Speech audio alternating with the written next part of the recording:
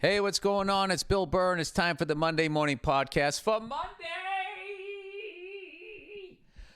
June 20th. Fuck am I talking about? June 20th. Got a little heat stroke here. Geez, keep the ginger out of the fucking pool there. I'm doing this podcast on Father's Day.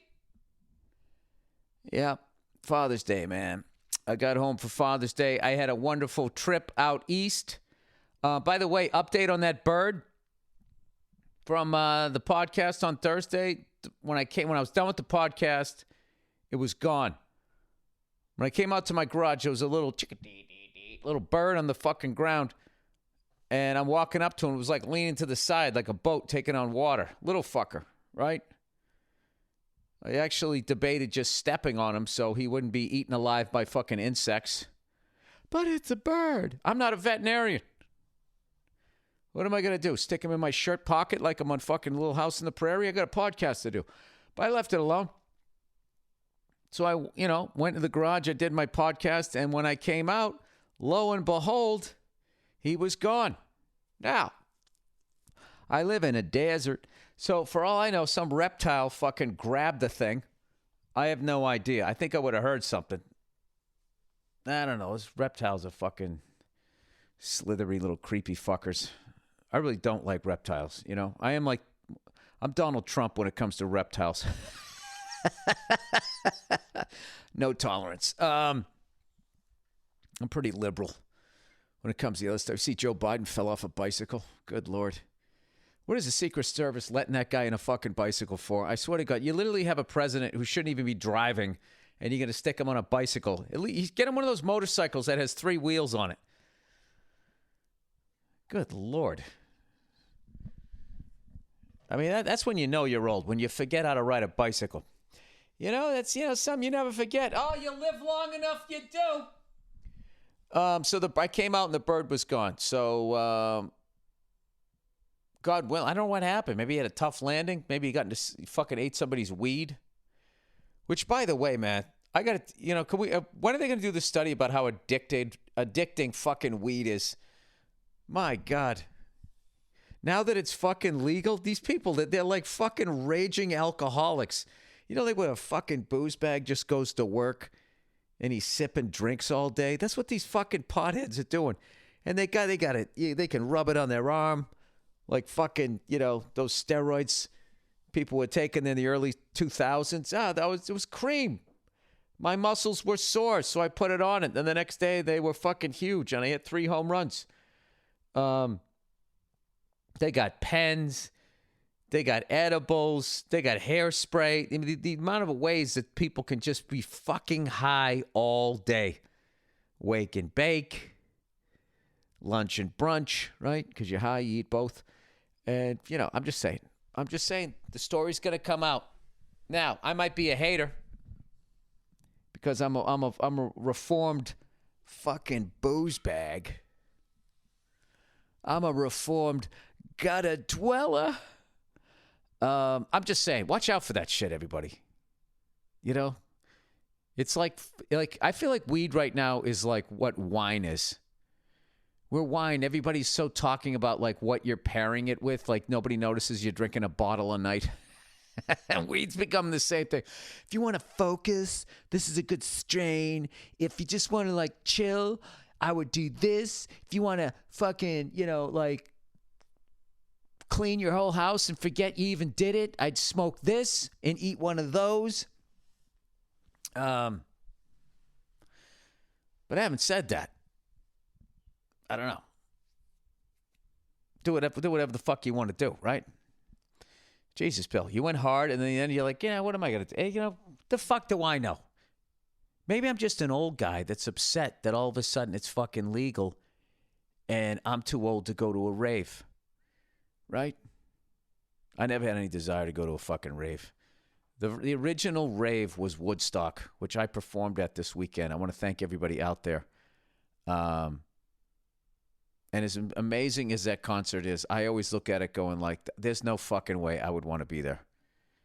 Even at a young age. I would be over that in 4 hours.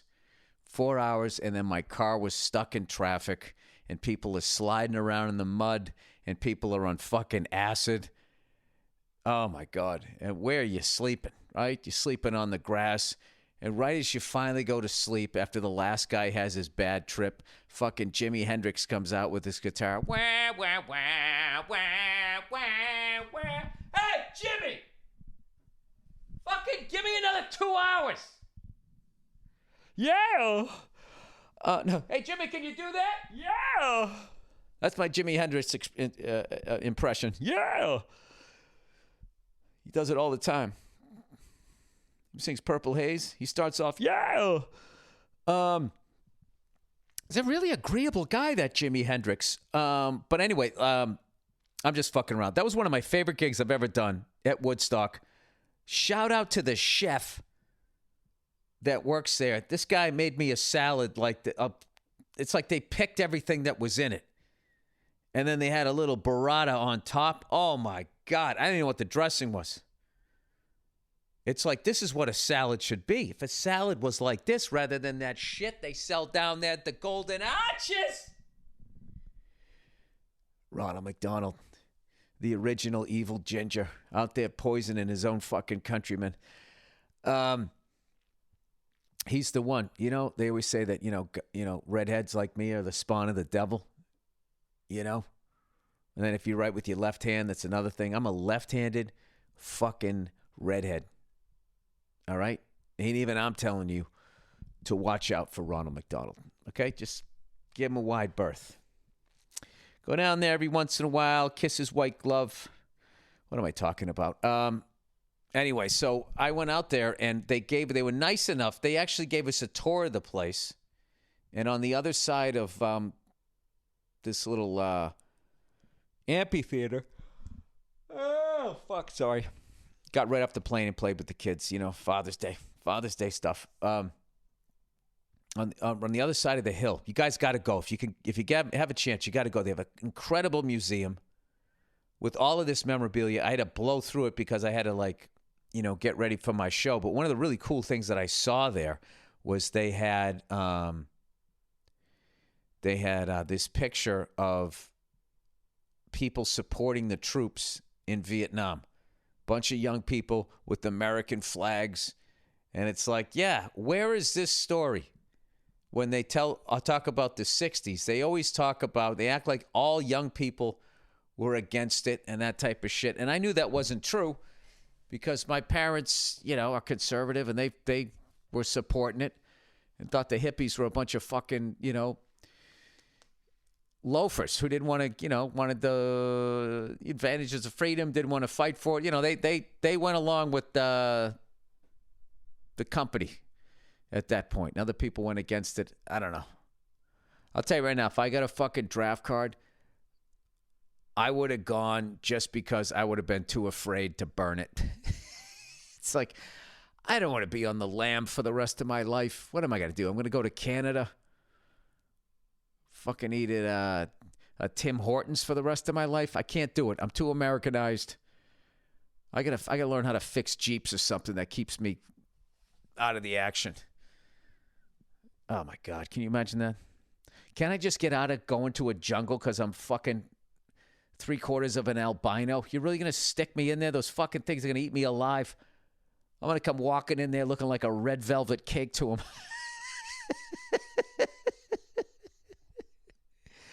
Nah, I just would have done drugs. Would have done drugs and pointed the gun at the tree line. That's what I would have done. Jesus Christ, what a fucking time. But anyways, you go through that museum, you kind of relive all of that stuff that was going on back when they used to report on wars. Before it just became the two propaganda channels that we now have that somehow pit us against each other. We just scream at each other. That's what we do now. Now we just yell at each other when we used to yell at the government going, hey, what the fuck are you guys doing? Enough of this shit. Now we just sort of scream at each other. Oh, gee, Bill, did you figure it out? Breezing through a fucking museum in upstate New York? Well, I think I did.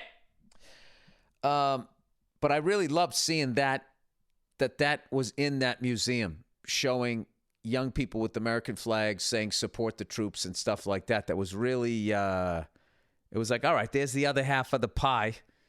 Now this is sort of put into, more of a balanced perspective as far as where young people were back then. But I got to tell you, man, you've really got to go there. It was one of my favorite gigs I ever did. It was like the perfect temperature.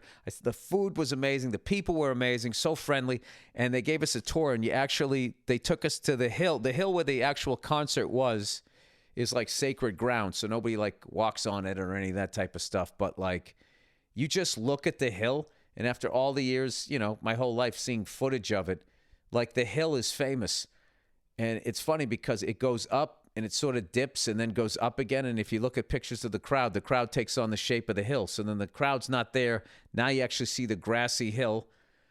And they had all these amazing aerial photos of like the guy with the farm right next door, fucking hated everything that the festival stood for. And said you're not allowed on our property. So literally there was an aerial photo. There's like a line, almost like a state, and there's just nobody on his property, and right next door is like, 500,000 fucking people. It's pretty incredible. So I really want to thank them. That was fascinating. And I don't know. I couldn't believe I was there. And then I went out, and the crowd was awesome. The whole thing was amazing. And the night before, I performed in Wilkes-Barre, which I was calling Wilkes Bar because it's spelled Barre, Wilkes-Barre. And those fans were incredible. That was a great gig. Beautiful, beautiful part of the country, Wilkes-Barre. You're close enough to Philly if you want to get the city thing, and then you can be out there. And it just seemed like there's probably a bunch of great hiking and all that type of stuff. I don't know. I'm really into like trees and lakes and shit now that I live in the upper echelons of hell out here in the fucking desert. And then the last night we did another amphitheater, which musicians have told me they call them sheds. So we played the PNC, whatever the fuck it's called. The last time I was there was on that legendary Opie and Anthony traveling virus tour. And I was actually thinking, the last time I was there, I believe 3 of the comics on there, if not 4. I want to say the lineup had Bob Saget, Ralphie May, Patrice O'Neill, and Otto and George. Unbelievable. And I went there, and all of these memories came back of that crazy tour. And I remember I looked out, and I got that same nervousness I had when you were doing that tour, because that was a fucking aggressive. Actually, they weren't. The Jersey crowd was great, but what happened in close to Philly and Camden, everybody kind of knew that show was coming. So I don't know. But anyway, I went out, had a great time, and Joey Diaz swang by to say hello, and I said, hey, you want to go up and do some time? He said, I'd love to. So we brought him up first, and Dean Del Rey took video of it. Those fucking cell phones didn't do justice of how fucking crazy the crowd went when Joey took the stage. I told Kenny to say, there's 3 legends in New Jersey: Frank Sinatra, Bruce Springsteen, and Mad Flavor, Joey Coco Diaz. He fucking went out. The place went fucking nuts. He comes out, what's up, cocksuckers? What exit you from? He just fucking murdered. Then brought Dean out, and then I came out to close it out, and I could not have had a better time. So thank you to everybody in all 3 of those, Wilkes-Barre, Woodstock, and out there in PNC Park there in New Jersey. I actually had a great time in New York, too. It was it's gay pride, so it was wall-to-wall gay dudes. And I was actually thinking, gay dudes are not nearly as fucking aggressive as they used. When I was young, they were fucking scared. But then I was thinking, maybe I'm just old, so nobody's fucking looking at me anymore. My old fisherman beard. I'm talking like the early fucking 80s. Jesus Christ. I don't know. Ugh. Anyway, plowing ahead here. So I had a great Father's Day. I did my show, and I literally, had a pickup at like 5 a.m., flew back on like a 6:50 a.m. flight, landed here around like 9:30, came home. My daughter made me a card. We went swimming. My wife took me out. I smoked a cigar. We laughed. I watched a little bit of the U.S. Open, which I, ended up having to leave because the sitter had to go. So we ended up coming back, and I don't know who won that thing, but I saw that kid picked up 2 strokes on one hole with two left, I think. Sank like a fucking, I don't know, looked like a 30-footer. I watched a little bit of the F1. Max Verstappen winning again, but Ferrari coming in second, but Lewis Hamilton, first time in months. I don't know if he got like a third place in like March or April. It's the first time he's been on the podium in months. And Mercedes, which you knew they were going to get this shit together. So it's coming up on the end of July break for F1. The season's 40%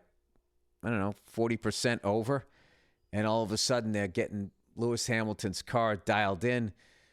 Max Verstappen has continued to win. He's got a sizable lead, but Jesus Christ, it's going to be some fucking sick racing for the rest of the season. So I'm very excited that whatever the fuck was going on with Lewis Hamilton's car, even though I root against him, I don't want to see one of arguably the greatest driver ever riding around in a shitbox, right?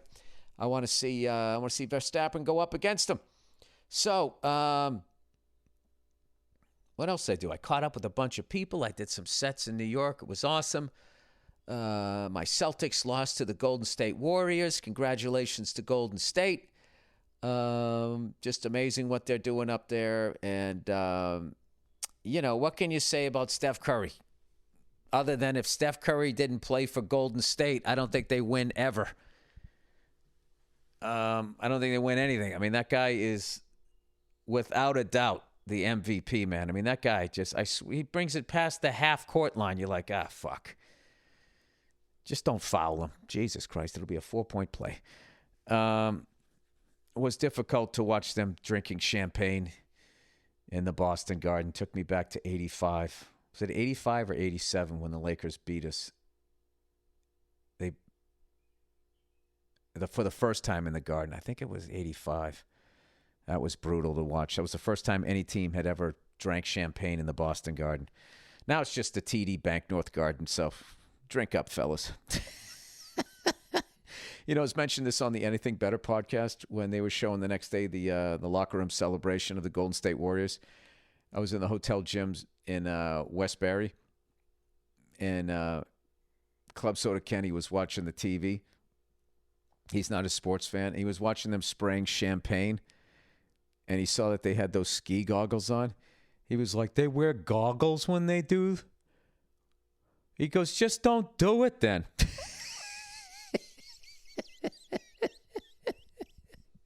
It's fucking hilarious. Anyway, so, man, I had a good time in New York. I really want to, I swear, hung out with a bunch of comics I hadn't seen in a minute. Caught up with some people, as I mentioned. I saw American Buffalo, and I saw Gerard Carmichael's new special, that Nathaniel, which absolutely blew me away. Bo Burnham and the directing thing that he did on that. I really hope those two do some more shit together, because that was like, I can't remember the last time I watched something like that.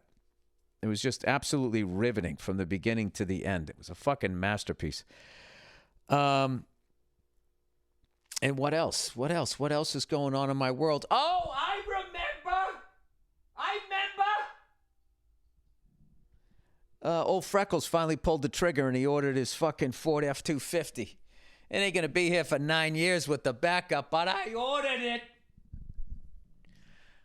it, and I got all the fucking bells and whistles. I finally presented an argument that made my wife fucking give me the look, but also kind of smiled. Because I have the old 68 F100, right? So she goes to me. I said, I'm busting my ass. This movie's coming together. I got a huge fucking tour. All right, the old man's going to buy his dream truck. She goes, what are you getting? And I showed her the F-250 pickup truck. She goes, you don't need another truck. I looked at her and I go, you don't need another bag. She was walking out of the room. She just cocked her head and gave me the look. And I just laughed. I'm just like, it's not going to be here. You don't have to look at it. She thinks it's so fucking stupid. I know she's right. You know? Oh, my God. If you see this truck, you're like, that guy knows how to build a house from scratch.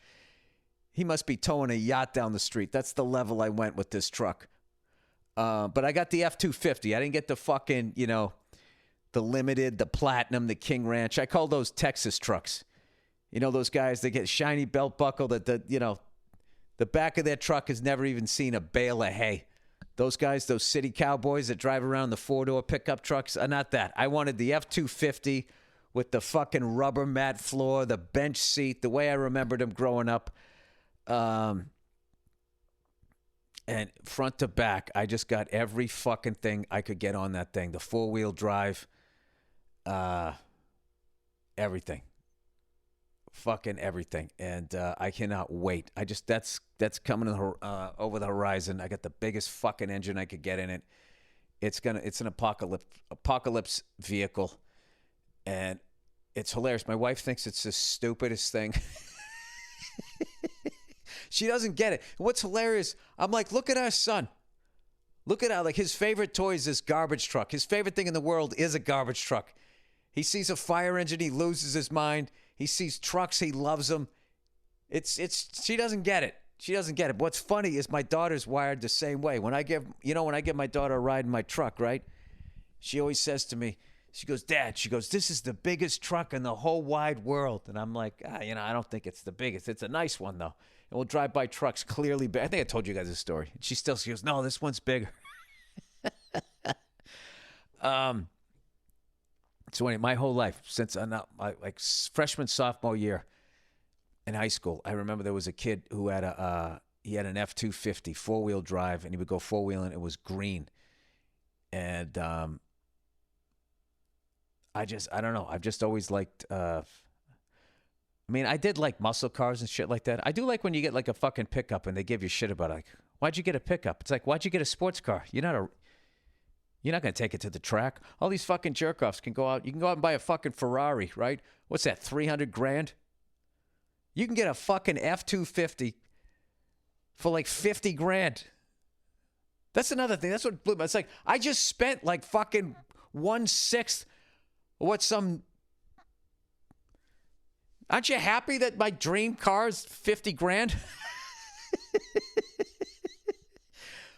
Jesus.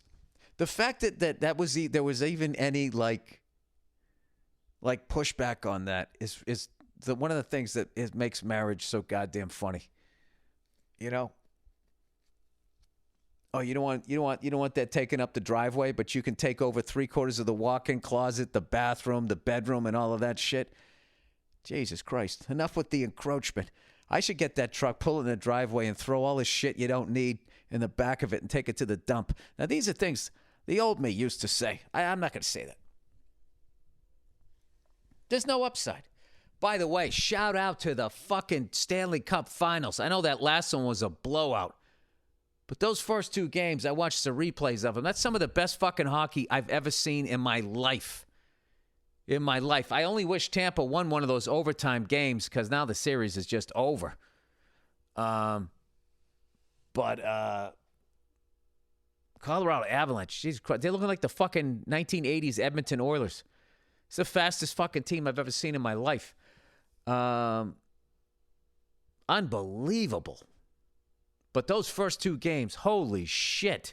I can't remember the last time I saw playoff hockey at that level. I hope you guys, all you fucking lower bowl NBA fucking glittered douchebags, you should check that out. You know, I watch your sport. You know, people running out, shooting T-shirts into the crowd. Everybody clap your hands. That fucking, whatever the fuck that is.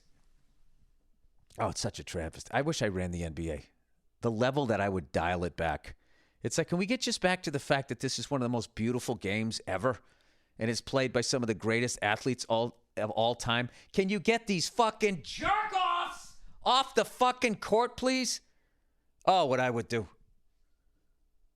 If some stupid-ass celebrity came to the fucking game and had that look on their face and they're not even cheering and they're looking at their phone, wearing bedazzled clothes, that's it. You're out.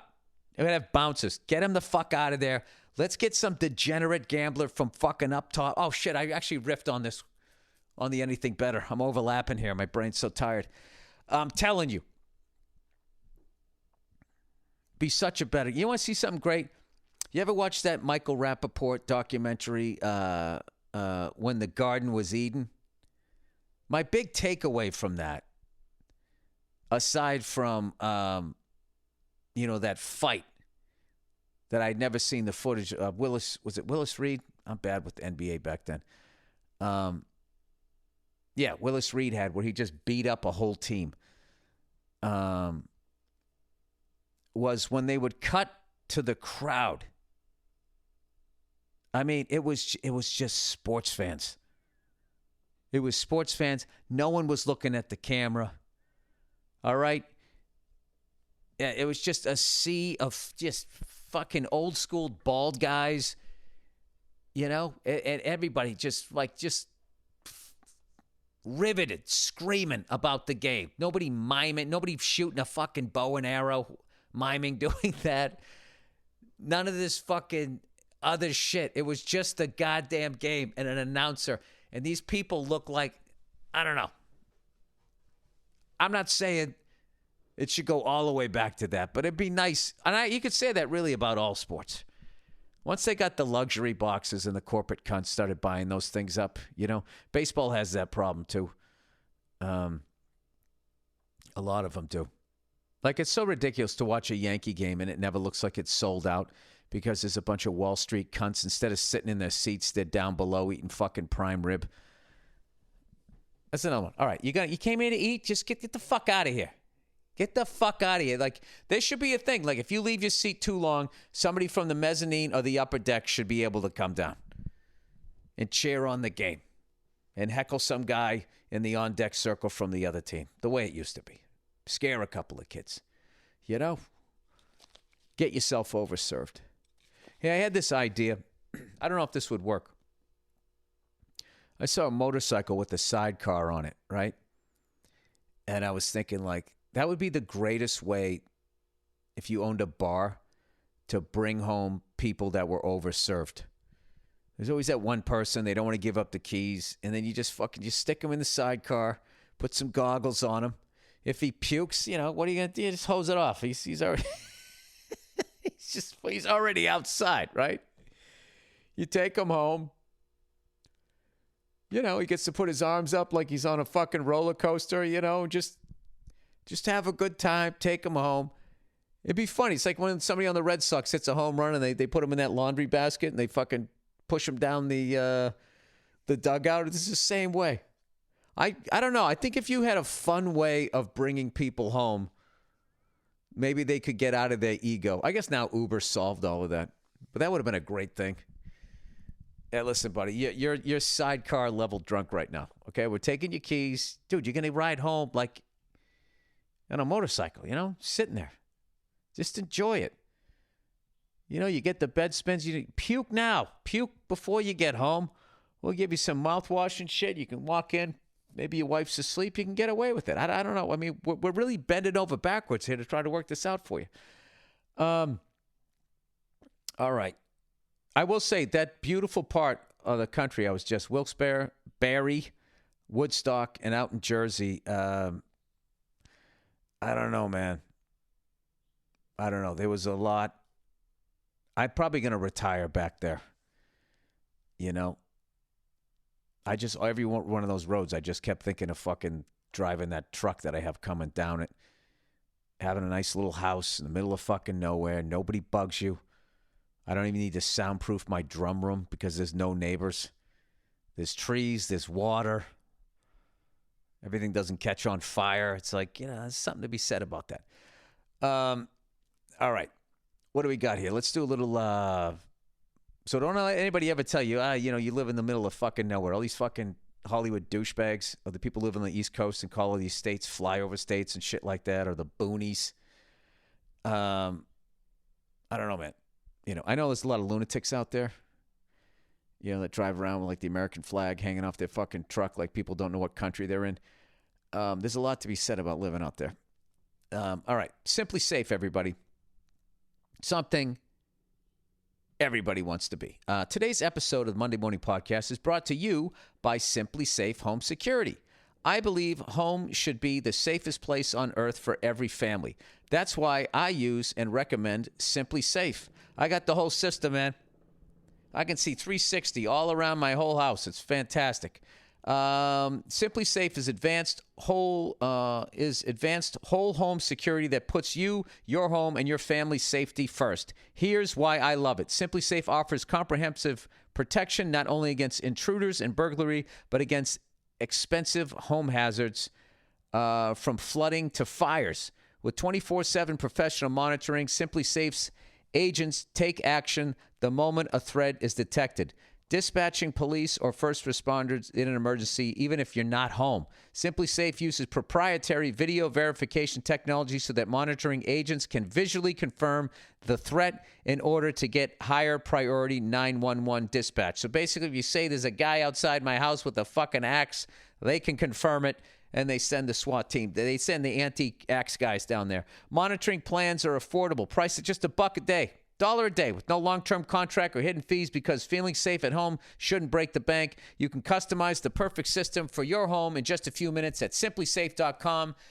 Go today and claim a free indoor security camera plus 20% off with interactive monitoring. Go to simplysafe.com/Burr. That's simplysafe.com/Burr. All right, what do we got next? Oh, look who it is, everybody. Jesus Christ. Oh, Jesus. It's old Zip. Red! Recruiter. Zip Recruiter, everybody. Talk about some things you're looking forward to enjoying this summer. Being a couple days closer to having my fucking truck I don't need showing up. Woo! Examples: pool time, a family or personal vacation, backyard barbecues with friends, redoing your deck, gardening. Oh, I know what I'm looking forward to. Somebody power washing my driveway and these fucking patio bricks around the backyard. Get all the water stains off of there. I've become obsessed with that. I literally follow people on Instagram that power wash walkways. That's why you need Zip Recruiter, to find great candidates. That's why, but because I want to power wash my driveway.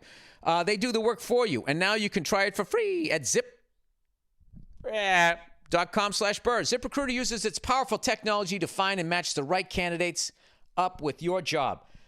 You can easily review these recommended candidates and invite your top choices to apply. Additionally, ZipRecruiter has a complete suite of tools that makes it easier to filter, review, and rate your candidates. 4 to 5 employers who post on ZipRecruiter get a quality candidate within the first day. No wonder Zip.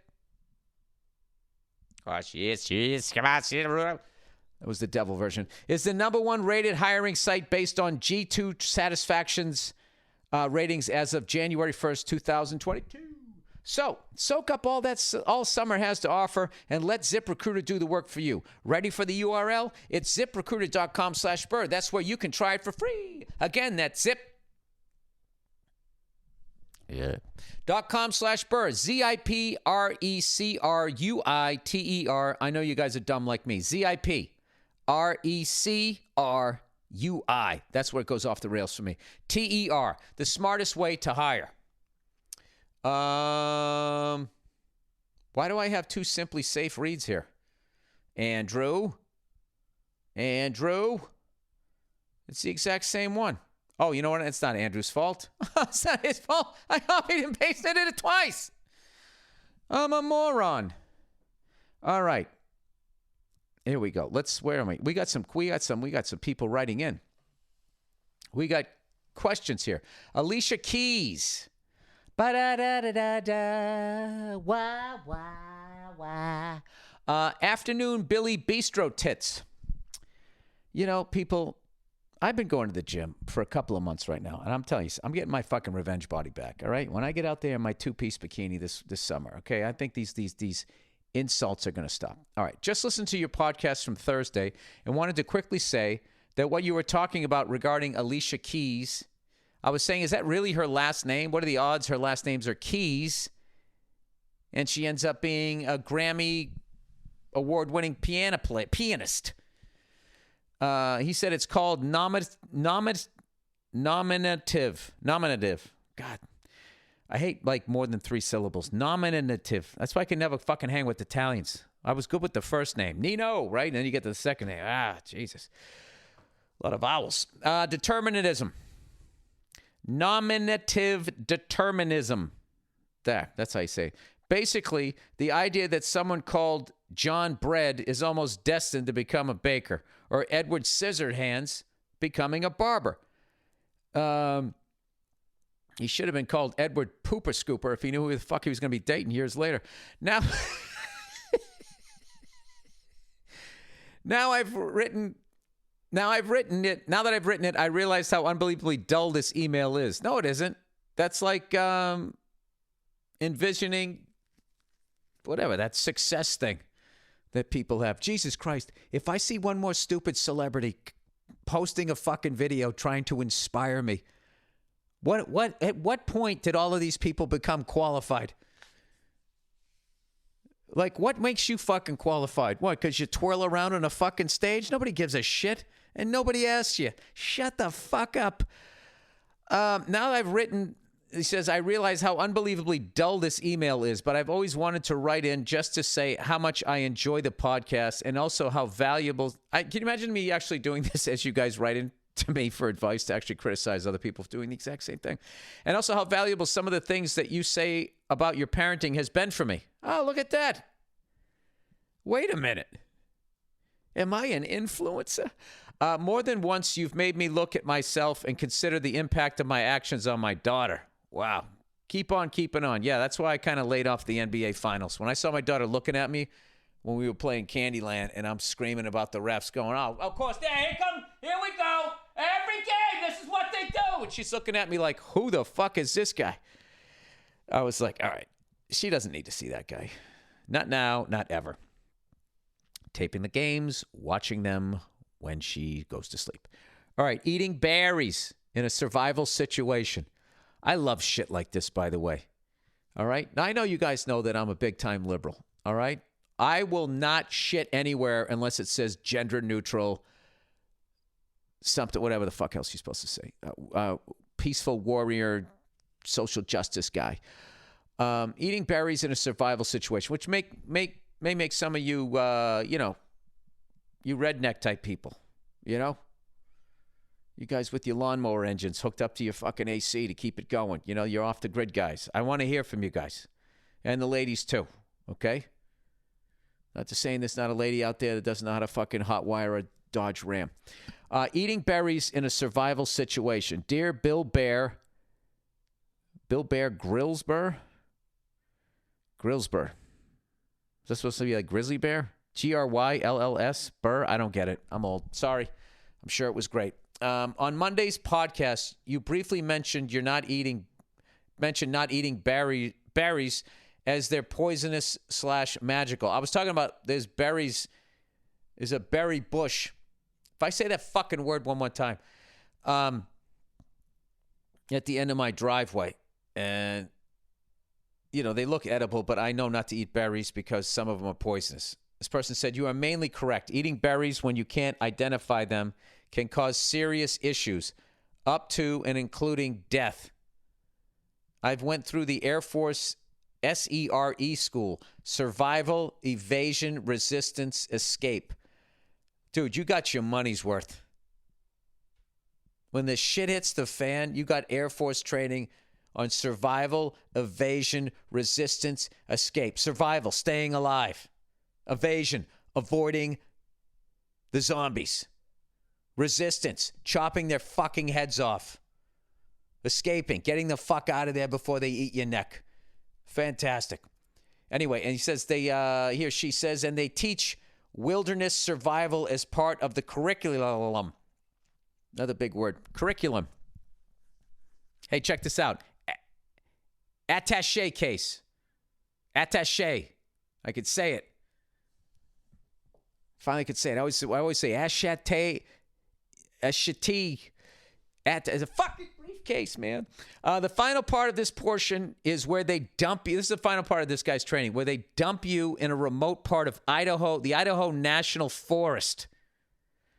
Oh, man, there's bears, there's mountain lions, bobcats, fucking snakes, with a few other people, and you have to navigate and evade people that are looking for you with minimal supplies, basically no food.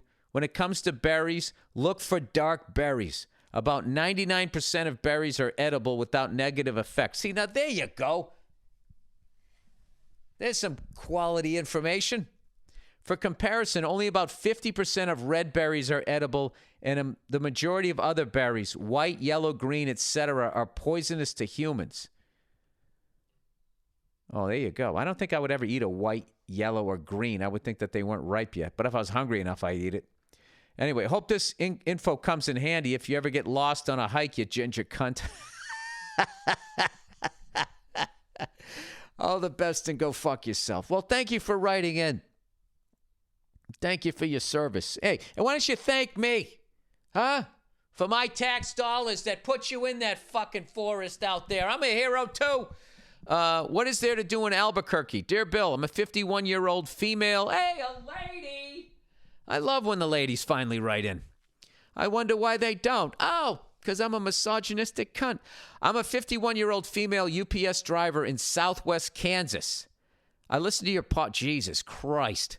Talk about the last vehicle you want to be in Tornado Alley is driving that fucking thing. How quickly are you going to get nice little crosswind? You're done. I listen to your podcast when I'm working, so I don't have to listen to my thoughts. I love this person. Thanks for helping me get through the day. I'll do my very best to put the punctuation where they belong so your head doesn't explode. When I was in the 5th grade, I was sent to the reading trailer. So I feel your pain when it comes to reading. Oh, is that what they had, a trailer? Oh, no. And that's out in Kansas, so there wasn't any fucking trees. It was just right out there in the open.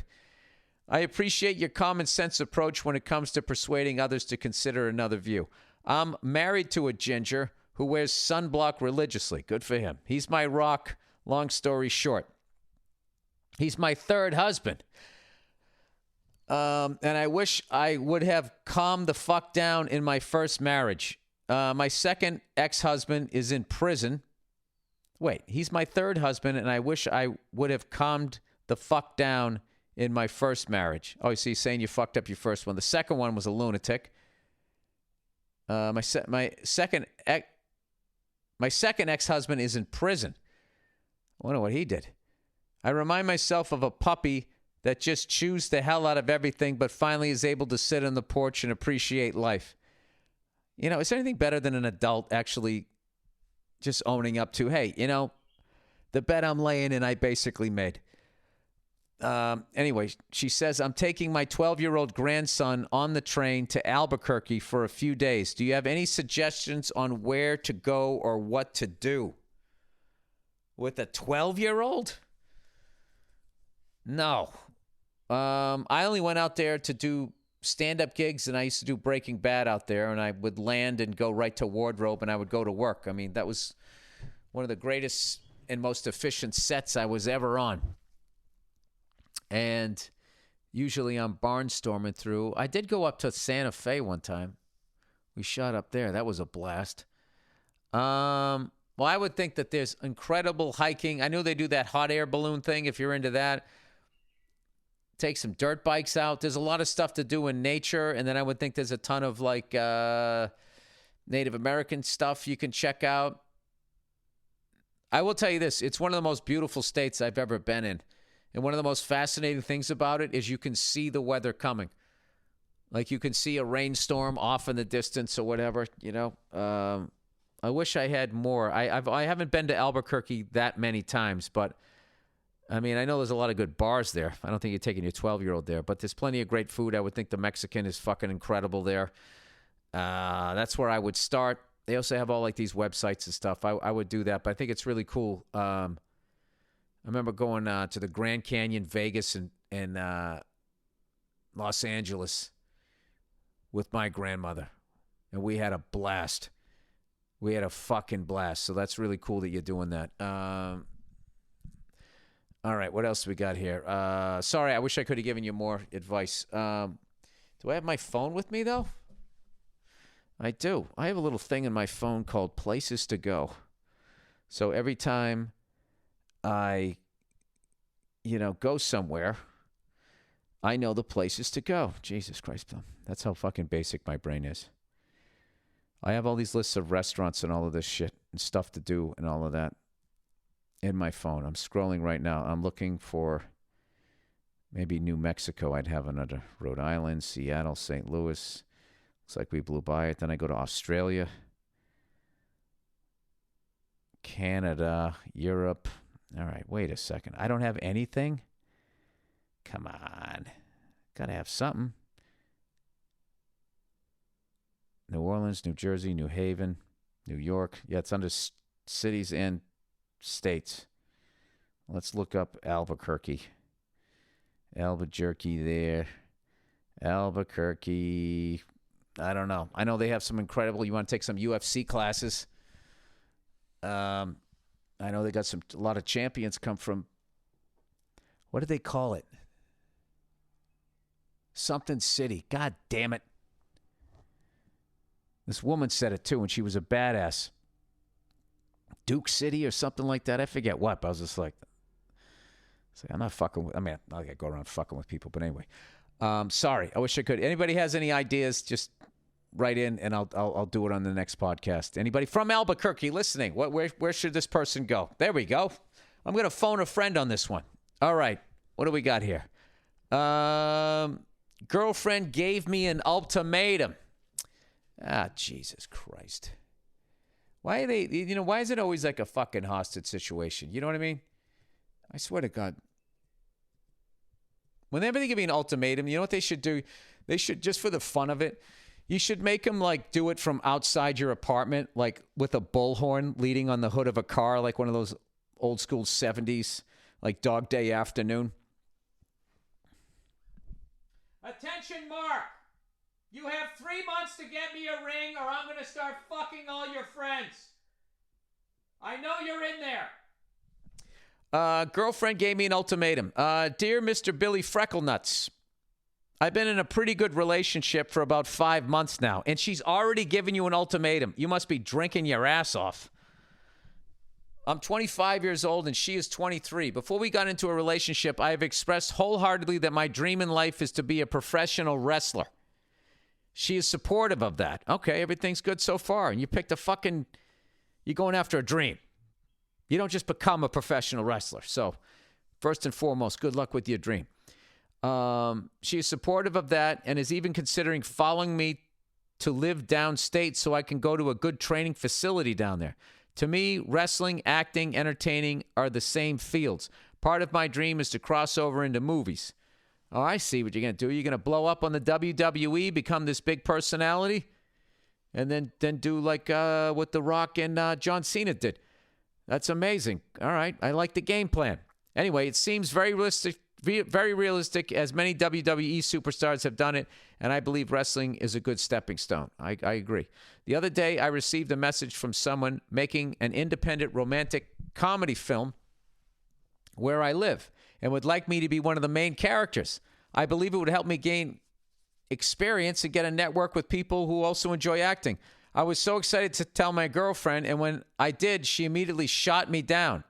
She was saying that she does not want me to act in anything that involves romance and that she wouldn't want me acting in any roles that involve kissing, sex scenes, or even holding hands on screen. She says she's compromised by letting me take roles. She says she compromises by letting me take roles that don't involve those actions.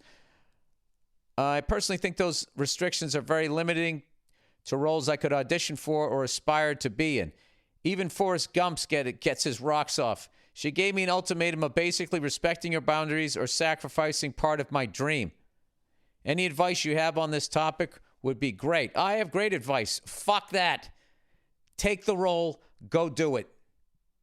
You're 25. You got your whole life ahead of you. She's 23. I mean, her brain isn't even fully developed yet. She doesn't know what she's saying. All right, I went a little hard there. Yeah, don't do that, dude. Like, I'm getting anxiety. I don't even know you. I'm getting anxiety that you're not going to take that role. Take the fucking role. That's it. And you just be nice about it. Just say, listen, I understand your boundaries. I respect your boundaries, but I don't know what to tell you. I want to act, and they're giving me a role here. And part of acting is stuff like this. And, you know, it's great to know 3 months in that you're not in on it. So I don't, you know, what the fuck are we doing here? All right, that was terrible the way I just said that. I don't know how to do this. You just got to go. Is there a nice, blunt way?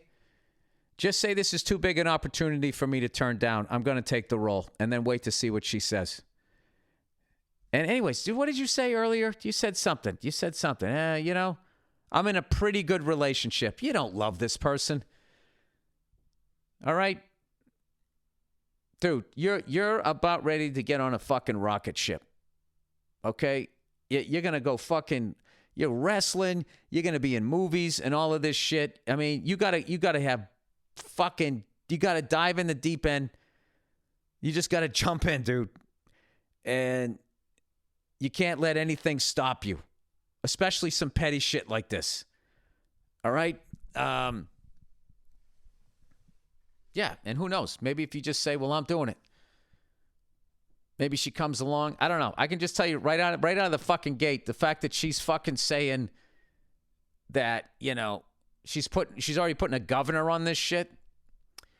This is actually a great thing that this happened this early on. And once again, the fact that you say it's a pretty good relationship, you're not saying this is the love of my life. I want to marry her. I can see having kids with this person. You're saying it's a pretty good relationship. You know?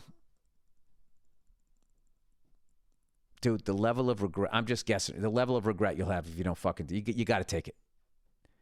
You got to take it. Don't fuck this up, all right? Take the fucking gig, okay? And let her have a little fucking pout. Let her go storm off, whatever the fuck it is she's going to do. You go do the goddamn gig, all right? You do the fucking gig. You get priceless, you know, priceless experience, okay? Then you go downstate or whatever the fuck you said, and go down and start training, and you're off and running, and you never look back, okay? And she either wants to come along or she doesn't. But that's it. But either way, whether she goes or she doesn't, is you're going. Okay? There's your advice, all right? So as bad as the Albuquerque one, I think I did all right on that other one. All right. There you go. She's going to be like, I don't want you, like, wrestling where there's, you know, women wrestling. You know, I don't know if they do the fucking co-ed thing now, but every once in a while you see some woman get body slammed by a guy. You had like your hand near her crotch when you picked her up. Just like, oh, Jesus, I'm out there, I'm fucking dressed like a Viking. It's not real. All right, that is the podcast, everybody. Once again, congratulations to the Golden State Warriors moving into third place all time, I believe. Most championships. They got the Bulls next. And then who's next? It really should be the Lakers if they gave a fuck. The NBA gave a shit. But somehow with their funny math, they're tied with the Celtics, which is just fucking hilarious to me. All right, that's it. Go fuck yourselves. I'll check in on you on Thursday.